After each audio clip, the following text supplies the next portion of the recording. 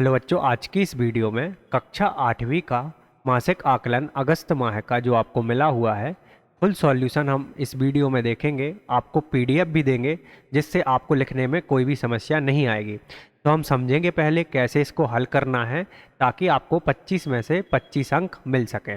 तो चलिए कुछ इस प्रकार से हम इसको सॉल्व करेंगे। मैंने इसमें प्रयोजना कार्य भी करवाया है ताकि आपको कोई भी क्वेश्चन ढूंढना ना पड़े। यहाँ पे सबसे पहले हम देखेंगे, जैसा कि मैंने आपको बताया हुआ है 25 अंक का आपका ये पेपर रहेगा। तो हमें 25 में से 25 अंक चाहिए है, इसलिए हम बहुत ही सावधानी पूर्वक इसको करेंगे। निर्धारित समय जो आपको मिलेगा वो 40 मिनट का मिलेगा। इसके बाद यहाँ पे सबसे पहला प्रश्न आपके लिए देखने के लिए मिलेगा वस्तुनिष्ठ प्रश्न, जिसमें पहला क्वेश्चन पूछा गया है संजू को कौन सी पुस्तक पसंद आई थी। तो देखिए यहाँ पे 4 ऑप्शन दिए गए हैं, हिंद स्वराज, गीता माता, मेरे सपनों का भारत। तो सही आंसर इसमें हो जाएगा सत्य के प्रयोग पुस्तक पसंद आई। इसके बाद दूसरा क्वेश्चन दिया गया है छत्तीसगढ़िया भाषा में है जुन्ना युग्मा छत्तीसगढ़ला कहे जाए। तो क्या कहा जाता है इसको? छत्तीसगढ़ में दक्षिण कौशल कहा जाता है। इसके बाद है आपका नाठा का विलोम शब्द क्या होगा। तो देखिए नाठा का छोटा तो नहीं होगा, ना ही मोटा होगा और ना ही खोटा होगा। सही आंसर आपका हो जाएगा ऑप्शन द ऊंचा। तो बच्चों इसके बाद आपका अति लघुत्तरीय प्रश्न वाला सेशन स्टार्ट हो जाएगा, जिसमें प्रश्न क्रमांक 4 में आपसे पूछा गया था प्रवास किसे कहते हैं। तो हमें सबसे पहले हेडिंग डालनी है ताकि हमें अच्छे मार्क्स मिल सके। प्रवास का अर्थ, फिर इसके बाद क्या लिखेंगे हम? प्रवास जनसंख्या परिवर्तन के महत्वपूर्ण आधारों में से एक है। प्रवास के परिणाम स्वरूप सामाजिक परिवर्तन घटित होता है। किसी भी समाज की जनसंख्या 3 आधारों पर परिवर्तित होती है, जन्म, मृत्यु और प्रवास। 2 अंक का प्रश्न है, इसलिए इसमें हम इतना ही लिखेंगे। इसके बाद है आपका 5वां क्वेश्चन, जिसमें पूछा गया था आज़ादी से तुम उनका समझाओ। मतलब आज़ादी से आप क्या समझते हैं, ये छत्तीसगढ़ में पूछा गया है, छत्तीसगढ़िया भाषा में। तो अपने शब्दों में लिखना था हमें। तो देखिए क्या लिखेंगे हम, आज़ादी से हम क्या समझते हैं। आज़ादी उस दशा का बोध कराती है जिससे कोई राष्ट्र, देश या राष्ट्र द्वारा अपनी इच्छा के अनुसार कार्य करने पर किसी दूसरे व्यक्ति का किसी प्रकार का प्रतिबंध या मनाही नहीं होती। अर्थात स्वतंत्रता देश, राष्ट्र, राज्य के सदस्य स्वशासन, सेल्फ गवर्नमेंट से शासित होते हैं। स्वतंत्रता का विलोम शब्द परतंत्रता होता है। तो इस प्रकार से आपको ये क्वेश्चन का आंसर देना है। 2 अंक आपको पूरे मिलेंगे।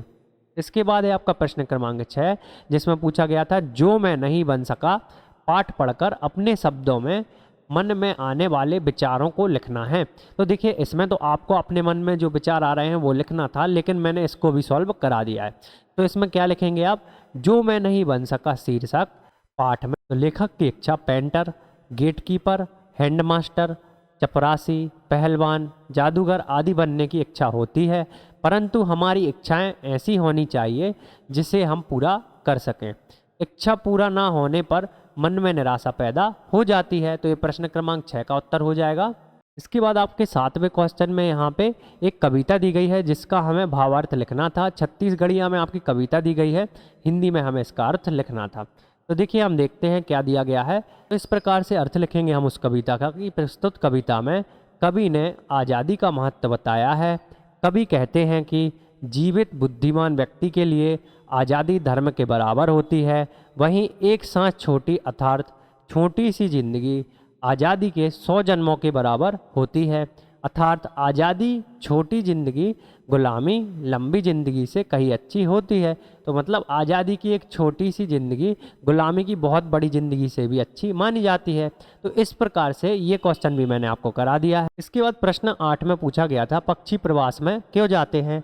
कोई 3 कारण हमें बताने थे। तो देखिए गर्मी एवं जाली से बचने के लिए पक्षी अक्सर प्रवास में चले जाते हैं। इसके बाद दूसरा पॉइंट रहेगा प्रजनन के लिए भी पक्षी प्रवास की यात्रा करते हैं।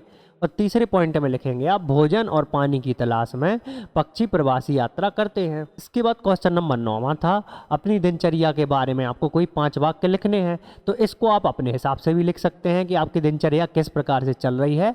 या फिर क्या लिखेंगे आप, मैं रोज़ सुबह 5 बजे उठ जाता हूँ, उसके बाद मैं साफ़ सफाई करता हूँ और सारी क्रियाकलाप करता हूँ।